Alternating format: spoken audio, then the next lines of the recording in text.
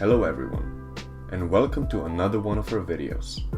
Please take a deep breath, relax, and enjoy. Today, we're gonna talk about jobs where everyone sleeps with each other. Used to work at a Publix when I was in high school.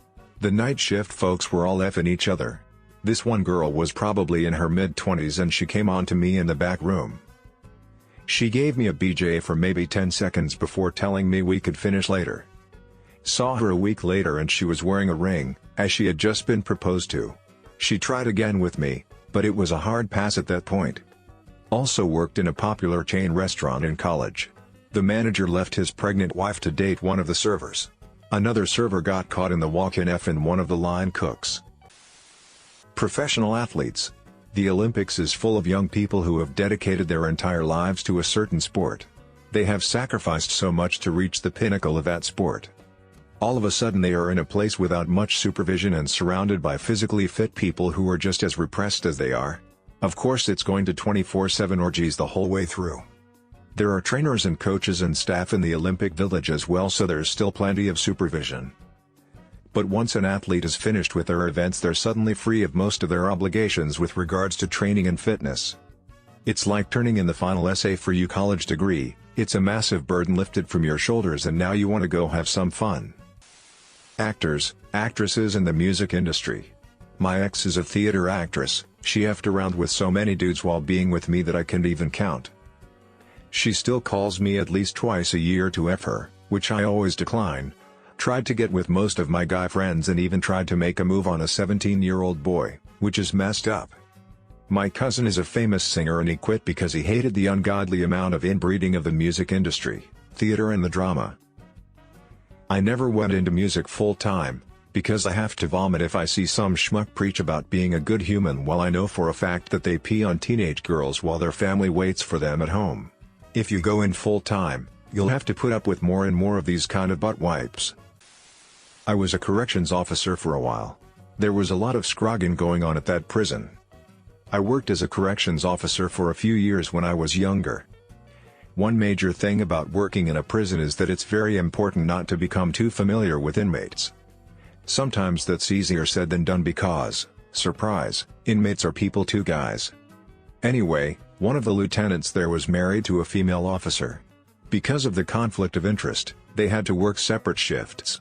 The wife was on night shift for a long time and eventually it came out that she'd been having a long-time affair with an inmate and got pregnant. They both resigned and I didn't hear much about the marriage after that. To make things worse, the dorm this happened in was a mental health dorm and the inmate was nasty. Like, refused to bathe, nasty. Also, the dude was fugly. Preemptive response to a future question, I don't feel particularly bad about saying this about the inmate. Mental health status notwithstanding, the guy was an absolute douchebag and deserved to be locked up. Call centers. Every call center can have anywhere from 100 to 2,000 employees, all from the ages of 18 to 75. I have worked in for myself. It's a high school for adults. I remember new batches of trainees being referred to as fresh meat. There was a guy we referred to as the welcoming committee because he'd always managed to score with one of the newbies. Dude looked like nothing too, we never figured out his trick. When I worked as a telemarketer in a smaller call center, about 50 people, my junior and senior years in high school, 5 p.m. to 10 p.m. daily. The employees during that shift were about 80% teenagers and 20% adults, with about 50% longer-term employees and the remaining 50% were revolving door. There was a lot of effing going on, and it sometimes got on the edge of legality, age-wise. But yeah, everyone that wasn't single was just passing each other around. I got a significant portion of my experience at that job. Movie theaters. Especially the ones that serve alcohol. Managers banging servers, servers all banging each other. And one wonderful case of a guy employee doing a lap dance on a middle-aged woman who was there to see Magic Mike. Secure psychiatric facility. Need a lot of staff on at all time, but pretty much all the patients are sedated and locked in their rooms at night. Not much else to do. I used to work in IT for a mental health trust. The secure unit night shift was famous for breaking up marriages. One time, one couple filmed themselves going at it on work equipment and then he shared the video with a friend over the work network. It got forwarded on a lot. We got asked to trace the email chain and it was decided that anyone who received it and then forwarded it on would be fired. Then we figured out that if we enforced that we would have to fire pretty much the entire ward staff. It was decided to just hand out a warning instead. Gaming companies. It's a weird thing where like most people are overworked and don't have social lives as a result. In the end, you end up having your coworkers as your friend circle because that's better than nothing. Before you know it, everybody is effing everybody. There's also the whole drugs are rampant in gaming thing which kind of helps. I don't know if it's still true, but a major company used to have an internal unofficial party room where you went if you needed to load up. A dude was fired from my old company for doing lines in the bathroom, etc.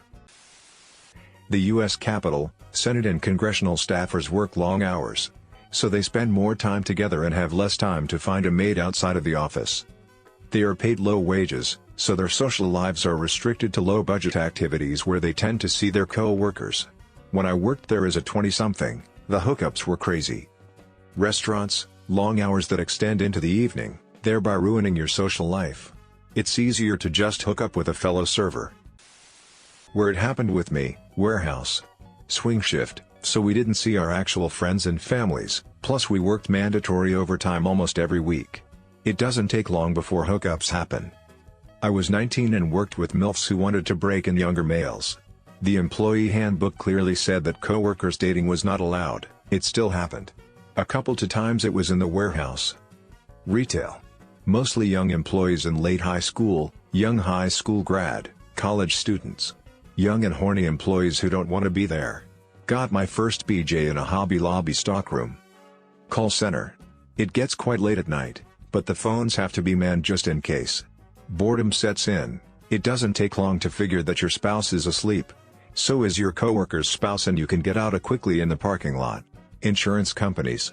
Like in other places, young and attractive employees. Plus, lots of trips. Lots of late nights. You're there, flirting with younger co-workers, plus you've become fast friends with these younger women. You're suddenly in a bus all together, or a van, going 3 states over, and will be there for 3 or 4 nights. It doesn't take long before that trip involves hooking up. Fingering on the ride over. Slipping away at the event for a quickly. A training session at someone's home becomes one-on-one. Parties involving alcohol goes to hookups. Married? If your spouse isn't there, no one speaks up. A situation made worse when you figure that if you aren't in the insurance company you're dead to them. So your wife isn't an insurance company and you decide to bone one of the company women? No one is going to say a word. Summer camp. Camp counselors are usually young adults or college students and usually physically fit because they obviously like outdoor activities. Now put a bunch of them together in the woods for a summer where they get all hot and sweaty together and intercourse is going to be inevitable. I worked at a Disneyland resort when I was young. It was basically just that. My roommate who also worked there told me about how he saw the 2 Peter Pans getting frisky in the cafeteria. This has been happening since the beginning of Disney. Look up DeFunkland, the craziest party Walt Disney ever threw on YouTube. Even though he had a policy against fraternizing with co-workers, and segregated the men and women, a lot of marriages started there, including the 14-year-old girl who posed for Snow White. Movie theater. One place I worked had a tall ladder to go up to the roof and one of the managers had blankets and pillows where he'd take chicks to F all the time. I was a manager too, but I didn't get any butt there. I tried for sure. I did get one girl, but that was later after I quit working there. Almost married that chick too. So my friend went to a summer camp once and on the last day the camp counselors asked everyone to close their eyes. They asked all of the kids, all of them in their early teens, to imagine their favorite spot on the camp. They then made the resounding statement that every one of the camp counselors had hooked up there. One of the girls looked up in horror and said, "The climbing ropes?" Apparently all of the counselors just snickered. So apparently that job. Paramedics and emergency department nurses are notorious for being homewreckers, especially with each other. Stick 2 people in a box for 12 hours a day and a connection is bound to develop. Long shifts, isolated with only a small group of people, working odd hours meaning the only people you know free on your day off is likely your co-workers. Ideal environment for a lot of workplace relationships to grow.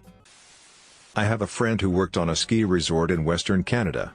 Apparently, everyone there is young, hot, and looking for adventure. Half of them are Australians, and for whatever reason Canadians and Australians are weirdly attracted to each other. He had some wild stories. And even, he told us he was downplaying what he said because we wouldn't believe how much effing each other actually went on. I work currently for a specialty medically supply company, prosthetics/orthotics, and literally just a few days ago walked into the bathroom and heard two gentlemen having personal relations. I work overnights and weird things happen at weird hours, but that was different. Can't say I've ever run into that before.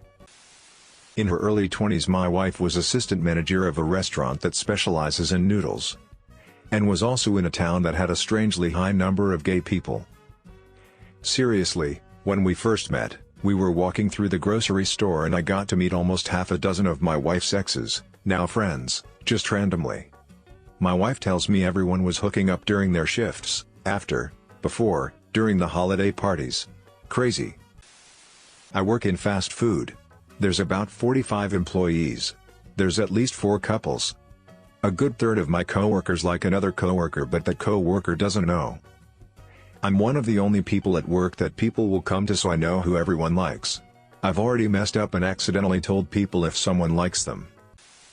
Everyone's getting specific, but the truth is literally any job with a reasonable balance of people who would F each other. 50-50 hetero men, hetero women? Loads of effin', similar split of gay people? Lots of effin'. Basically one half your staff want to F and half want to be F'd, they'll be effin'.